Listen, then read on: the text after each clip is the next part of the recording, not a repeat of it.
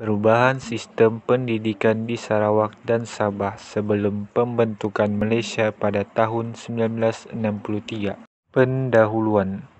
Sarawak berada di dalam pentadbiran Brooke dan Sabah ditadbir oleh Syarikat Berpiagam Borneo Utara. Penyerahan kepada kerajaan British berlaku pada 1946 sehinggalah Malaysia dibentuk pada tahun 1963. Terdapat beberapa perubahan sistem pendidikan di Sarawak dan Sabah sebelum pembentukan Malaysia pada tahun 1963. Perubahan sistem pendidikan di Sarawak. Yang pertama, kelas pengajian. Pendidikan tahap awal berbentuk kelas pengajian Al-Quran, Bahasa Arab dan Bahasa Melayu. Sebagai contoh, Sekolah Encik Buyong iaitu sekolah rendah terawal didirikan pada tahun 1883 yang berbentuk kelas pengajian.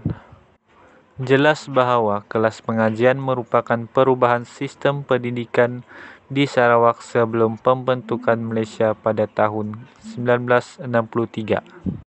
Kedua, Sekolah Pendirian Cina di Sarawak. Masyarakat Cina juga membina sekolah persendirian untuk anak-anak mereka.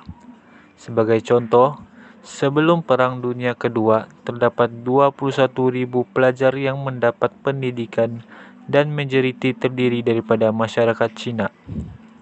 Tuntasnya, Sekolah Pendirian Cina merupakan perubahan sistem pendidikan di Sarawak sebelum pembentukan Malaysia pada tahun 1963. Perubahan sistem pendidikan di Sabah. Yang pertama, pendirian sekolah-sekolah baru. Mubalik-mubalik Kristian menggerakkan penubuhan sekolah-sekolah baru di Sabah.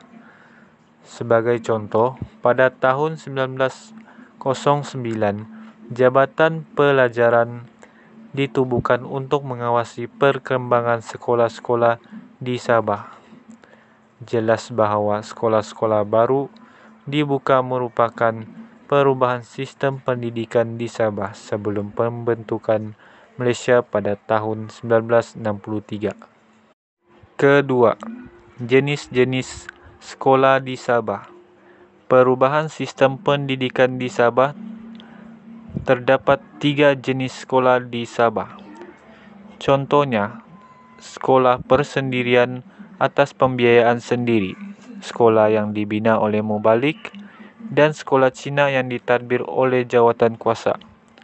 Tuntasnya, jenis sekolah yang terdapat di Sabah merupakan perubahan sistem pendidikan di Sabah sebelum pembentukan Malaysia pada tahun 1963.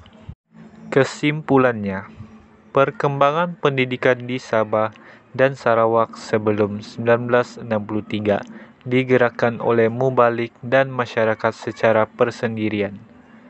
Berlaku perubahan kepada sistem pendidikan kebangsaan selepas penubuhan Malaysia pada 1963 walaupun tidak sepenuhnya. Sekian, terima kasih.